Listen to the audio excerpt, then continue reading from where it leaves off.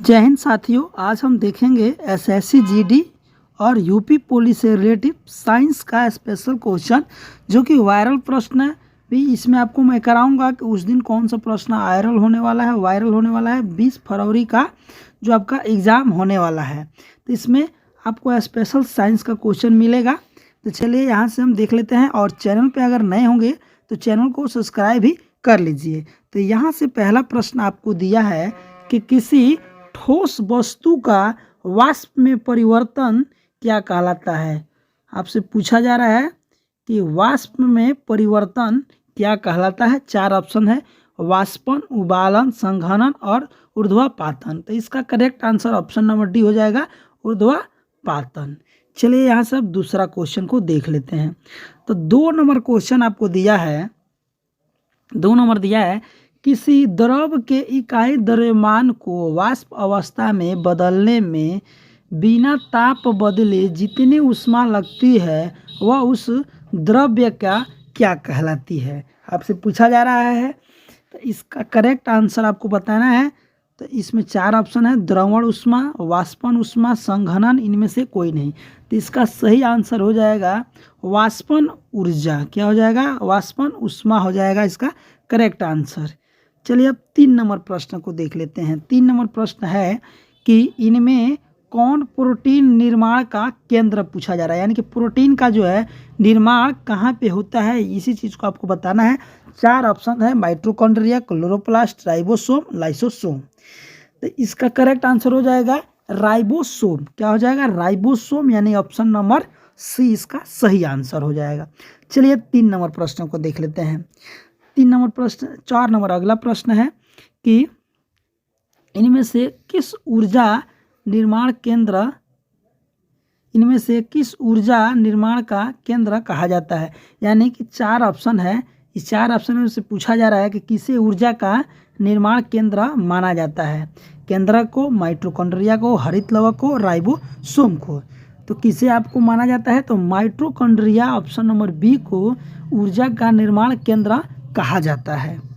चलिए 5 नंबर प्रश्न देख रहे हैं। 5 नंबर प्रश्न कराने से पहले मैं आपको बता दूं कि अभी तक आप चैनल को सब्सक्राइब नहीं किए हैं तो प्लीज़ चैनल को सब्सक्राइब करने के साथ साथ बेल आइकन भी दबा दें, क्योंकि आपको किसी भी कंपटीशन एग्जाम की तैयारी करते हैं तो साइंस में जो बेसिक क्वेश्चन है इसमें आपको कराया जाएगा। इसके अलावा भी और भी मैं प्रैक्टिकल कराता हूं, आपको प्रैक्टिस कराता हूं, आपको मॉक टेस्ट मिलेगा हमेशा, इसलिए आप प्लीज़ चैनल को सब्सक्राइब भी करते चलिए।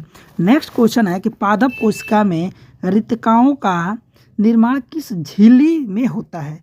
आपके पादप के यानी कि पौधे जगत की बात किया जा रहा है कि पादप कोशिका में रिक्तकाओं का निर्माण किस झिल्ली में होता है।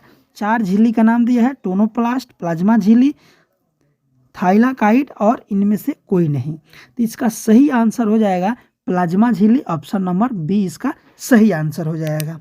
चलिए अब देख लेते हैं अगला प्रश्न को।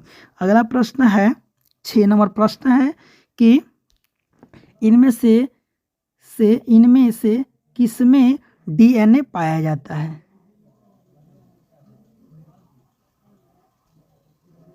इनमें से किसमें डीएनए पाया जाता है, यही आपको बताना है। 4 ऑप्शन है, केंद्र गुणसूत्र में, कि माइटोकॉन्ड्रिया में, क्लोरोप्लास्ट में, इनमें से सभी। तो किसमें जो है डीएनए का गुणसूत्र पाया जाता है, तो डीएनए का गुणसूत्र केंद्रक गुणसूत्र में पाया जाता है। अगला देख लेते हैं। नेक्स्ट है 7 नंबर प्रश्न। 7 नंबर प्रश्न दिया है कि इनमें से किसी से गुणसूत्र का निर्माण होता है।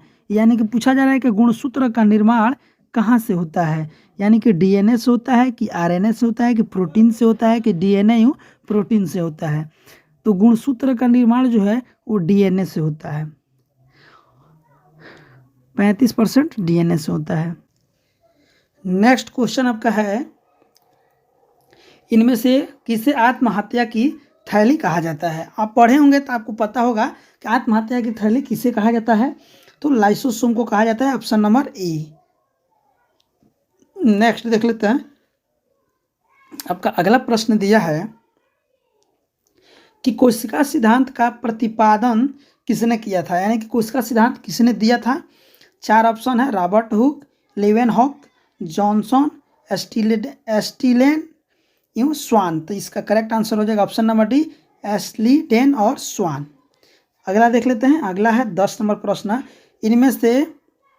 इनमें से किसे सजीव कोशिका में केंद्रक नहीं पाया जाता है, यानी कि किसमें जो है कोशिका केंद्रक नहीं पाया जाता है। 4 ऑप्शन है, तो इसका हो जाएगा करेक्ट आंसर प्रोकैरियोटिक। किसका? इसका हो जाएगा प्रोकैरियोटिक। इसका करेक्ट आंसर हो जाएगा प्रोकैरियोटिक।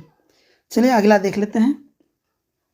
अगला है आपका 11 नंबर प्रश्न कि निम्नलिखित में से कौन सा गुण प्लाज्मा झिल्ली में पाया जाता है, यानी कि प्लाज्मा झिल्ली में कौन सा गुण विद्यमान रहता है, यानी कि कौन सा गुण रहता है। तो अति प्रागम्यता का। किसका? अति प्रागम्यता, ऑप्शन नंबर ए। अगला देख लेते हैं 12 नंबर प्रश्न।